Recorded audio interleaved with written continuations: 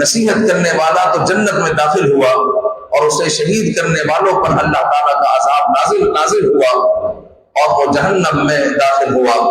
جس نے نصیحت کی، ایک شخص سے جس نے نصیحت کی، جس نے نیکی کی طرف بلانا چاہا، تو جو بدنصیب لوگ تھے انہوں نے اس کو قتل کر دیا، شہید کر دیا۔ تو رب تعالیٰ نے جو ہے اس سورہ مبارکہ میں مزید فرمایا کہ مردوں کو دوبارہ زندہ کرنے پر اللہ تعالیٰ کی قدرت اور اس کی وحدانیت پر بنجر زمین کو سرسبز کرنے، رات اور دن کے آنے جانے، سورج اور چاند کو مسخر کیے جانے اور سمندروں میں کشتیوں کے چلنے سے استدلال کیا گیا، اور ان حقائق کا انکار کرنے والے کافروں کو دنیا و آخرت میں عذاب کی وعید سنائی گئی۔ اللہ رب العزت نے اپنی قدرت کا اس طرح اظہار فرمایا کہ یہ سمندر کا چلنا، یہ چاند اور سورج کا نکلنا، اور یہ سب رب ذوالجلال نے اس کو مسخر کیا ہوا ہے۔ رب کے حکم سے یہ نکلتے ہیں، رب کے حکم سے یہ ختم ہوتے ہیں۔ پھر آگے چلے تو سورہ صافات شروع ہوتی ہے، اور سورہ صافات میں خاص طور پر حضرت ابراہیم علیہ السلام کا واقعہ بڑے عالیشان طریقے سے اللہ رب العزت نے ذکر فرمایا۔ ابراہیم علیہ السلام نے اللہ رب العزت کی بارگاہ میں دعا کی، ربی حب لی من الصالحین، بچے کی دعا کی، تو پھر فبشرناہ بغلام حلیم، رب تعالیٰ نے حضرت ابراہیم علیہ السلام کو ایک حلیم بچے کی خوشخبری دی۔ حلیم من بردبار، جو برداشت کرنے والا ہو، بردبار ہو، حلیم بچے کی خوشخبری دی۔ پھر وہ بچہ جو برسوں کے بعد ہوا تھا، اس کے لیے پھر حکم ہوا کہ وہ جو ہے حضرت ابراہیم علیہ السلام ان کو دور چھوڑ کر آ جائے وادی غیر ذی زرع میں، جو 13 بارے میں ذکر ہوا۔ لیکن یہاں پر جب وہی بچہ یعنی حضرت اسماعیل علیہ السلام اب بڑے ہو گئے، فلما بلغ معه السعی، جب وہ بالغ ہو گئے، بالغ ہونے کے قریب ہے، بڑے ہو گئے ہیں، اب کچھ کر سکتے ہیں، اب حضرت ابراہیم علیہ السلام کے ساتھ اپنے والد کا ہاتھ بٹا سکتے ہیں، تو اب جو ہے حکم ہو رہا ہے۔ حضرت ابراہیم علیہ السلام اللہ رب العزت کا حکم سنا رہے ہیں، یا بنیا، اے میرے بیٹے، انی ارا فی المنام انی اذبحک فانظر ماذا تری، اے میرے بیٹے میں نے خواب میں دیکھا ہے کہ میں تجھے ذبح کر رہا ہوں، تو اس بارے میں کیا کہتا ہے؟ وہ کہا کہ قال یا ابت افعل ما تؤمر، کہا کہ اے میرے بابا جان آپ وہ کر دو جو آپ کو حکم دیا گیا۔ حضرت ابراہیم علیہ السلام فرما رہے میں نے خواب میں دیکھا، اور اسماعیل علیہ السلام فرما رہے آپ کو جو حکم دیا گیا وہ کر دو، کیونکہ اسماعیل علیہ السلام کو بھی پتا ہے کہ ابراہیم علیہ السلام نے جو دیکھا ہے وہ وحی ہے، کیونکہ نبی کا خواب وحی ہوتا ہے، اور نبی جو خواب میں دیکھتے ہیں وہ ان کے لیے حکم ہوتا ہے، وہ ان کو کرنا ہے، وہ جو ہے ان کے لیے حکم ہے، وہ ان پر وحی ہے۔ تو اسماعیل علیہ السلام فرما رہے ہیں، عرض کر رہے ہیں بابا جان سے کہ آپ کو جو حکم دیا گیا ہے بس آپ کر دیں، آپ مجھے صبر کرنے والا پائیں گے، ستجدنی انشاءاللہ من الصابرین۔ فلما اسلما وتلہ للجبین، تو جب دونوں باپ بیٹوں نے یعنی ابراہیم علیہ السلام اور اسماعیل علیہ السلام نے اپنے سروں کو جھکا دیا، تو ونادیناہ ان یا ابراہیم، تو ہم نے ندا کی اے ابراہیم، قد صدقت الرؤیا، اب جو ہے آپ کا خواب سچا ہو گیا۔ سر کو جھکا لیا مطلب کہ اسماعیل علیہ السلام قربان ہونے کے بالکل قریب ہو گئے، آپ کو زمین پر لٹا دیا گیا، چھری آپ کے گلے پر رکھ دی گئی، اور حضرت جبریل آئے اللہ کے حکم سے اور اسماعیل علیہ السلام کو ہٹا کر آپ نے مینڈھا رکھا، اور اس وقت اللہ رب العزت نے فرمایا قد صدقت الرؤیا، اور خلیل آپ کا خواب سچا ہو گیا۔ انا کذالک نجزی المحسنین، تو ہم جو ہے محسنین کو ایسی ہی جزا دیتے ہیں۔ جب آپ نے دیکھا تو اسماعیل علیہ السلام کو مسکرا رہے تھے کھڑے ہوئے، اور آپ نے جو ذبح کیا تھا وہ تو کوئی مینڈھا تھا، وہ تو جنتی مینڈھا تھا۔ تو اللہ رب العزت نے حضرت ابراہیم علیہ السلام اور اسماعیل علیہ السلام کے واقعے کو اس طرح ذکر کیا ہے۔ تو اصل میں بات یہ ہے کہ پیارے بھائیوں، ہمیں یہ قربانی بتائی گئی ہے کہ جب رب کا حکم آ جائے تو ہمیں اپنے سروں کو جھکا لینا چاہیے۔ جان دینا بہت بڑی بات ہوتی، ہمارے سے تو سردیوں میں کمبل نہیں ہٹتا، گرمیوں میں چادر نہیں ہٹتی، ہم سے جناب عالی فجر کے لیے اٹھا نہیں جاتا، نمازیں ہم سے پوری نہیں ہوتی، اور ہم جان دینے کی بات کرتے ہیں. جان دینا بہت بڑی بات ہوتی ہے کہ میں اسلام کے لیے جان دے دوں گا. میرے اللہ کے لیے, اللہ کے حکم کے لیے ہم اپنے نفس کو تو قربان کریں, اللہ کے حکم کو تو مانیں. تو ابراہیم علیہ السلام نے اپنے محبوب بچے کو قربان کر دیا, محبوب بچے کو قربان کر دیا. تو یہ قربانی ہم سے بھی قربانی مانگتی ہے کہ ہم جو ہے جو ہمارے لیے ضروری ہے ہم اس کی قربانی دیں, ہم اس پر قربانی دیں, اپنی خواہشات کی قربانی دیں, اپنے کاموں کی قربانی دیں, اور جو ضروری کام ہے اس کو کر گزرے. پھر آگے سورہ صاد کا ذکر ہوتا ہے, سورہ صاد شروع ہوتی ہے اور اس میں حضرت ایوب علیہ السلام کا ذکر آتا ہے. ایوب علیہ السلام کے بارے میں گزشتہ میں بھی عرض کر چکا ہوں کہ لوگوں کو غلط فہمی ہے, چونکہ میں نے یہ بتایا تو کسی نے مجھے آ کر بتایا کہ فلاں امام صاحب نے تو یہ واقعہ بیان کیا تھا کہ حضرت ایوب علیہ السلام کے جسم پر معاذ اللہ کیڑے ہو گئے تھے.